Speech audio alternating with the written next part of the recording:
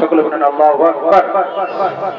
আল্লাহ পাক রব্বুল আলামিন এই আয়াতে কারিমার অনুবাদে বলতেছেন যে আমি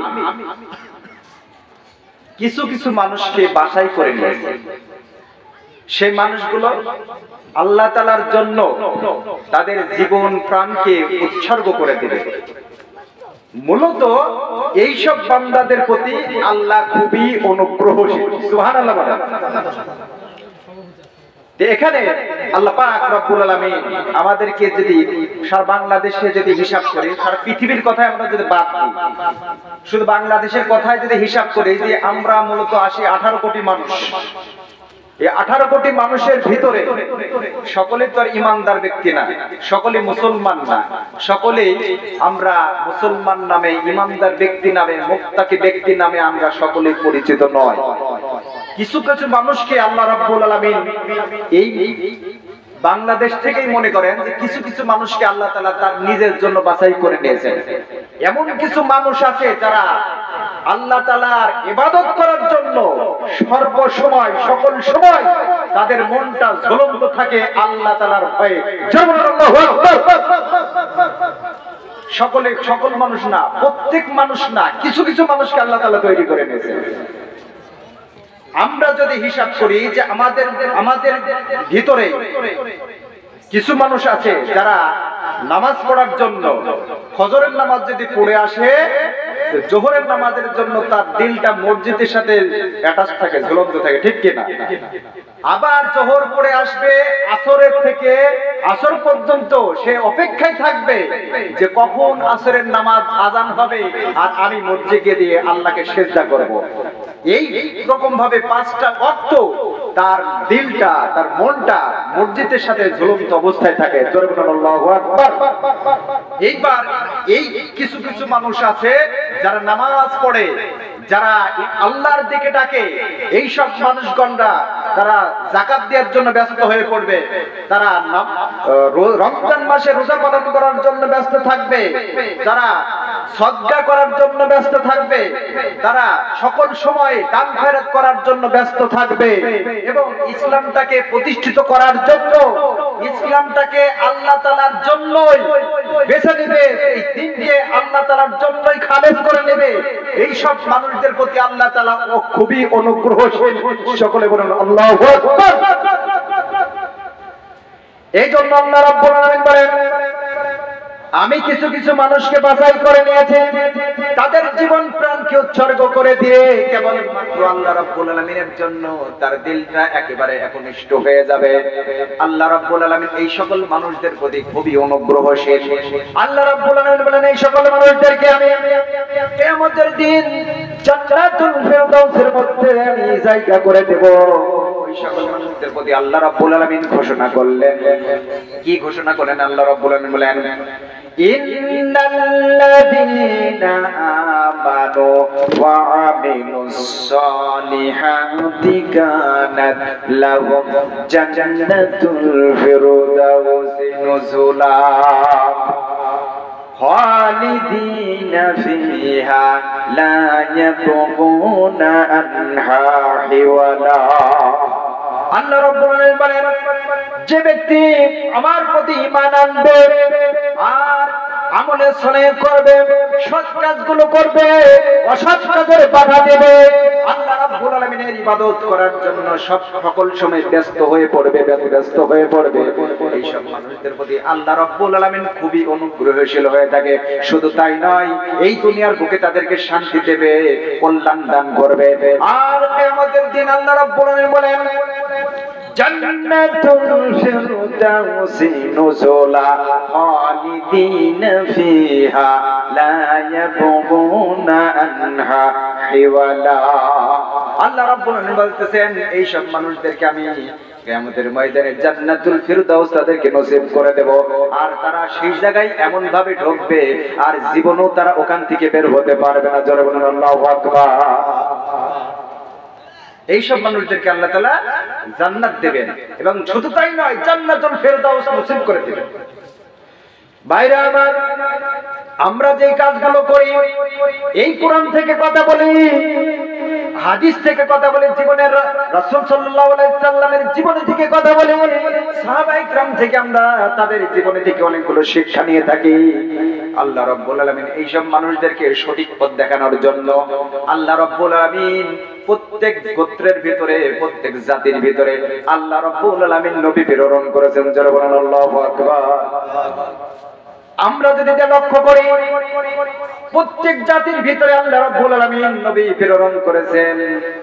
আল্লাহ রাব্বুল আলামিন বলতেছেন, প্রত্যেক জাতির ভিতরে আল্লাহ নবী প্রেরণ করেছেন। ওয়ালাকাদ বাআসনা ফী কুল্লি উম্মাতির রাসূলা আন ইউবুদুল্লাহা ওয়াজতানিবুত তাগুত। আল্লাহ রাব্বুল আলামিন বলতেছেন, প্রত্যেক জাতির ভিতরে আমি নবী প্রেরণ করেছি। তারা এই বলে প্রচার করত, তোমরা সত্যের দিকে আসো, আল্লাহর ইবাদত বندگی তোমরা করো, মূর্তি পূজা ত্যাগ করো। আল্লাহ যে বিধানটা নাযিল করেছেন, এই বিধানের পরেই তোমাদের সমাজ রাষ্ট্রটাকে পরিচালনা করো, আর তাগুতকে তোমরা পরিহার করো, শয়তানের পদস্খ তোমরা অনুসরণ করো না। এই একটাই দাওয়াত ছিল তাদের, নবীদের দাওয়াত ছিল একটাই, যে তোমরা আল্লাহর আনুগত্যকে তোমরা স্বীকার করে নাও, আল্লাহ যা নাযিল করেছে তার উপরে তোমরা বিশ্বাস স্থাপন করে আল্লাহ যা নাযিল করে সেইটা সমাজের ভিতরে প্রতিষ্ঠিত করার জন্য চেষ্টা ভাবনা করো, আর শয়তানের পদস্খ অনুসরণ করা যাবে না। আমরা যদি লক্ষ্য করি, হযরত আদম আলাইহিস সালাম থেকে শুরু করে বিশ্ব নবী সাল্লাল্লাহু আলাইহি সাল্লাম পর্যন্ত যত নবী রাসূল এসেছে, সকল নবী রাসূলের একই দাওয়াত ছিল। আল্লাহর নবী সাল্লাল্লাহু আলাইহি সাল্লামের কি দাওয়াত ছিল? ইয়া আইয়ুহান নাস কুলু লা ইলাহা ইল্লাল্লাহু তুফলিহুন। এই বলে দাওয়াত দিয়েছেন, ও মানব জাতি, ও সকল মানব জাতি, হে মানব জাতি, আল্লাহ রাব্বুল আলামিন তোমাদেরকে সৃষ্টি করেছেন, সেই যে সৃষ্টি করেছেন সেই আল্লাহ রাব্বুল আলামিনের আনুগত্য স্বীকার করে নাও, সেই আল্লাহ রাব্বুল আলামিনের যা নাযিল করেছে তার উপরে বিশ্বাস স্থাপন করে একত্বতা ঘোষণা করে এই সমাজটাকে প্রতিষ্ঠিত করো, তাছাড়া তোমাদের কোনো আর কোনো উপায় থাকবে না। আল্লাহ রাব্বুল আলামিন বলে তাওয়াক্কুল করে আমাদেরকে চলতে হবে। আল্লাহু আকবার। আল্লাহ রাব্বুল আলামিন একটা যে কালিমার দাওয়াত দিয়েছেন, প্রত্যেক নবী রাসূল কালিমার দাওয়াত দিয়েছেন, এই কালিমার দাওয়াতটা সকল আলেমগণ দিচ্ছেন, সকল মুস্তাহিদগণ দিচ্ছেন, সকল সলফে সালেহীন দিয়ে গেছেন, এবং আমরা সেই কালিমার দাওয়াত দিয়ে যাচ্ছি, কিন্তু মানুষ এখন পর্যন্ত সোজা হয় নাই। জোরে বলেন কথা ঠিক কিনা? প্রত্যেক নবী রাসূলের একই দাওয়াত ছিল। আমরা যদি লক্ষ্য করি, হযরত ইব্রাহিম আলাইহিস সালাম নমরুদের কাছে যে একই দাওয়াত দিচ্ছে, নমরুদ যখন রাষ্ট্র পরিচালনা করছেন, সমাজ প্রতিষ্ঠিত, সমাজের ভিতরে তার আইনটা চালু হয়ে গেল, সেখানে শিক্ষা ব্যবস্থার ভিতরে অবশ্যই আল্লাহ রাব্বুল আলামিনের কোনো কথা ছিল না। যে বিধানটা তিনি নাযিল করেছিলেন, এই বিধানের কোনো অংশই তার ভিতরে ছিল না। সেখানে জেনা ব্যভিচার হতো, সুদ ঘুষ হতো, এমনকি তারা একদম জ্যান্ত মানুষকে তারা পুঁতে ফেলত, অযথা একটা মানুষকে তারা হত্যা করে পুঁতে ফেলত। এমন কিছু আইন বিধান সেখানে চালু করেছিল, যে আইন বিধানগুলো প্রত্যেকটা আইন বিধান ছিল আল্লাহ রাব্বুল আলামিনের বিপক্ষে। সেখানে ইব্রাহিম আলাইহিস সালাম গেল, এবং শুধু তাই নয়, ওই সময়ে নমরুদ যে মূর্তি পূজাগুলো করত, ওইটা প্রত্যেকটা গোত্রের ভিতরে, প্রত্যেকটা সমাজের ভিতরে, প্রত্যেকটা পরিবারের ভিতরে ছিল। এইটাকে দূর করার জন্য হযরত ইব্রাহিম আলাইহিস সালাম আসলো। ইব্রাহিম আলাইহিস সালাম এসে সেটা নিষেধ করলো।